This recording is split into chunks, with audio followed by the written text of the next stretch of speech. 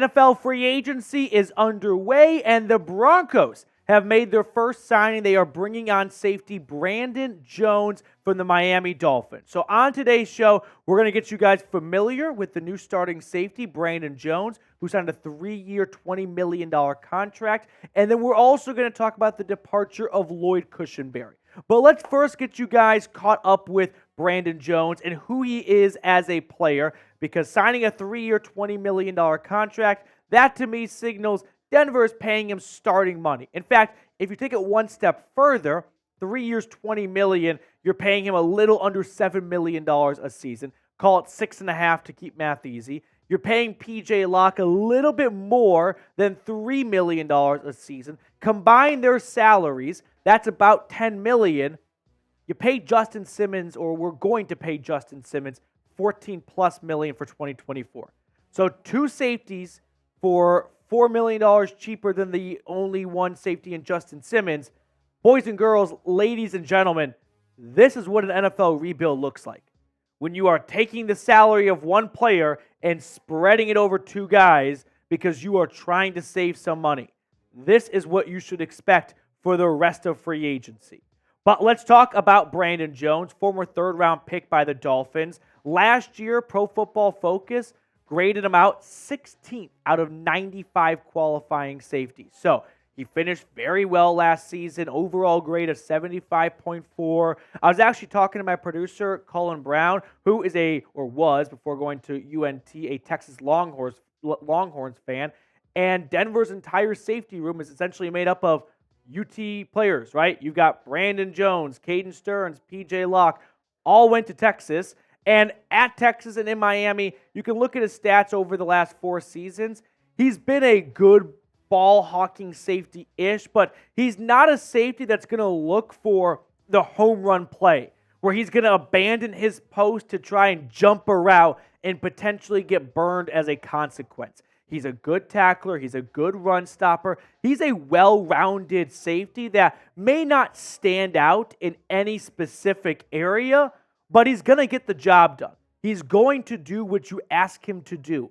And when you think about Sean Payton type players, he's obviously more focused on the offense, but still, he wants to have players he can trust. And he can trust Brandon Jones to do what he's going to ask him to do. Now he joins PJ Locke as this team's starting safety. I think you're going to see Caden Stearns come off the bench, or maybe have some 3 safety looks with Jones, Locke, Delaren Turner-Yell, J.L. Skinner, and Devon Key, along with Caden Stearns, all under contract for 2024 as things stand right now. But ultimately, the Broncos are getting a pretty solid safety for 3 years, $20 million. You're somewhat getting what you pay for, which for $6+ million isn't a bad safety by any stretch. But is he Justin Simmons? No. Justin Simmons leads the NFL in interceptions since 2016. That's not the kind of safety you're getting, but you're getting a cheaper safety and saving $4 million across your starting safety tandem. So how would you grade the Broncos in free agency so far, and specifically the Brandon Jones signing? A, B, C, D, or F? Let me know in the comment section below. Now, with the Brandon Jones signing, by the way, and then the Lloyd Cushenberry release, George Payton and Sean Payton have completely removed every single member of the Broncos team drafted in 2020. Moved down from KJ Hamler, unfortunately, due to injuries more than anything else. Traded Jerry Jeudy, Michael Ojemudia, McTelvin Agim, Lloyd Cushenberry is out. So George Payton is really ridding the prior Broncos roster, moving on from a lot of pieces that he inherited, and is ultimately building his own roster now. So 3 years, $20 million.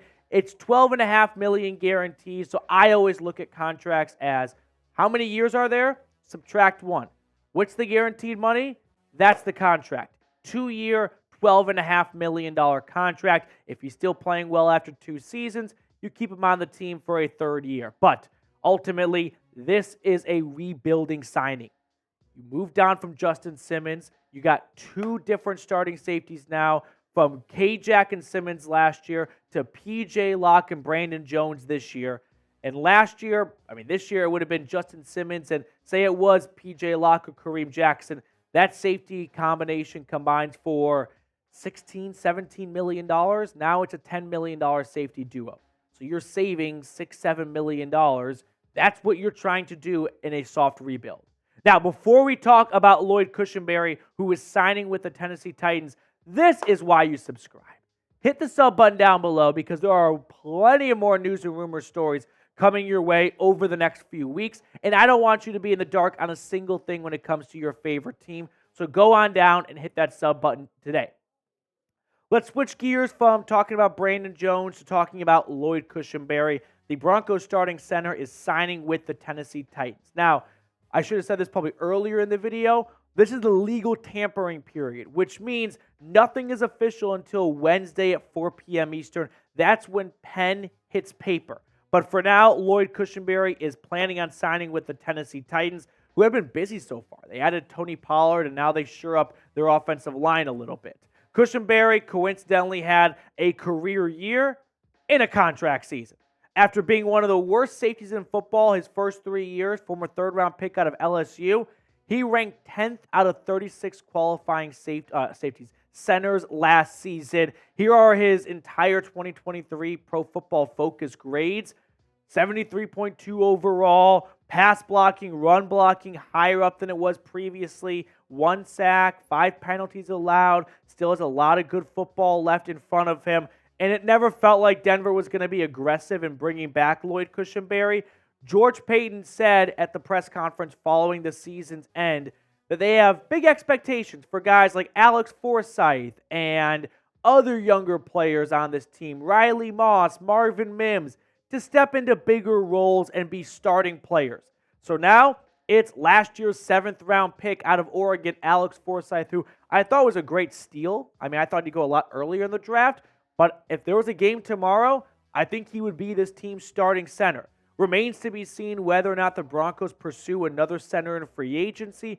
I'm sure they'll bring some more competition in unless they really feel like Alex Forsythe and Luke Wattenberg can get the job done. Maybe they wait till the draft to satisfy this growing need now at center if they don't feel like Forsythe is ready to just take the job without any sort of competition at all.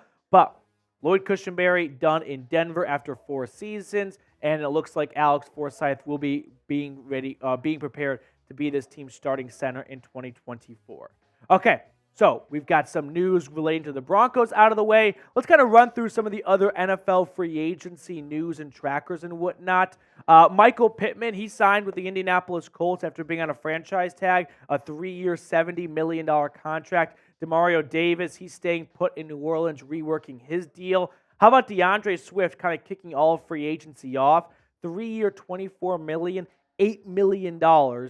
If Denver was thinking about adding a running back to challenge Javonte Williams a little bit, I don't think it's happening in free agency. If DeAndre Swift is getting $8 million a season, man, what are some of the Saquon Barkley and Josh Jacobs of the world going to get? This was a big win for the running back market today. Deion Dawkins, he's staying put in Buffalo after trolling all of Bills Mafia saying he's out. Jonathan Grenard, he goes up to Minnesota. There could be a very slight Broncos lens here, which is if Grenard goes to the Vikings for $76 million, does that take money out of what they were going to use to spend on Kirk Cousins? And does that mean Kirk Cousins is going to leave Minnesota? And could that mean he comes to the Broncos? I know the NFL Network included the Broncos as a potential destination for Kirk Cousins. You do not enter a rebuild and then sign a quarterback like Kirk Cousins. He doesn't want to come to Denver, I'm sure. They're not looking to be one of the more competitive teams in 2024. And the Broncos shouldn't move on from Russell Wilson to spend another $100+ million on another quarterback. I don't see a world where Kirk Cousins comes to Denver. Tony Pollard, like we mentioned, he is going down to Tennessee, and he'll be running behind Lloyd Cushenberry. 3 years, $24 million. How about Gabe Davis, by the way? Off to Jacksonville for a 3-year, $39 million, about $13 million a season. So the Jags probably looking to move on from Calvin Ridley, and they bring in Gabe Davis. Now, some AFC West news here. Christian Wilkins is unfortunately going to be terrorizing whoever plays quarterback for Denver in 2024 at least twice a season. 4-year, $110 million contract. Ginormous deal. Pays him about $27.5 million a season, right in between Chris Jones and Justin Matabuke. So Broncos country, enjoy Max Crosby having a new best friend, and it's not going to be a nice scene to see for Jarrett Stidham, whoever is playing quarterback for this team. Tyler Biadasz, a center. He is not going to be replacing Lloyd Cushenberry. It'll likely be Alex Foresight, but the former Cowboy center is going to the Commanders to rejoin Dan Quinn, along with a guy like Dorrance Armstrong, for example. But make sure to subscribe to the channel here at the Broncos Breakdown, because we break down all the news surrounding your favorite team. Brandon Jones, 3-year, $20 million contract, and Lloyd Cushenberry leaves Denver and goes to the Tennessee Titans. We're going to have more news and rumors and updates throughout the entire week here, so that's why you hit the subscribe button down below so you don't miss a single thing.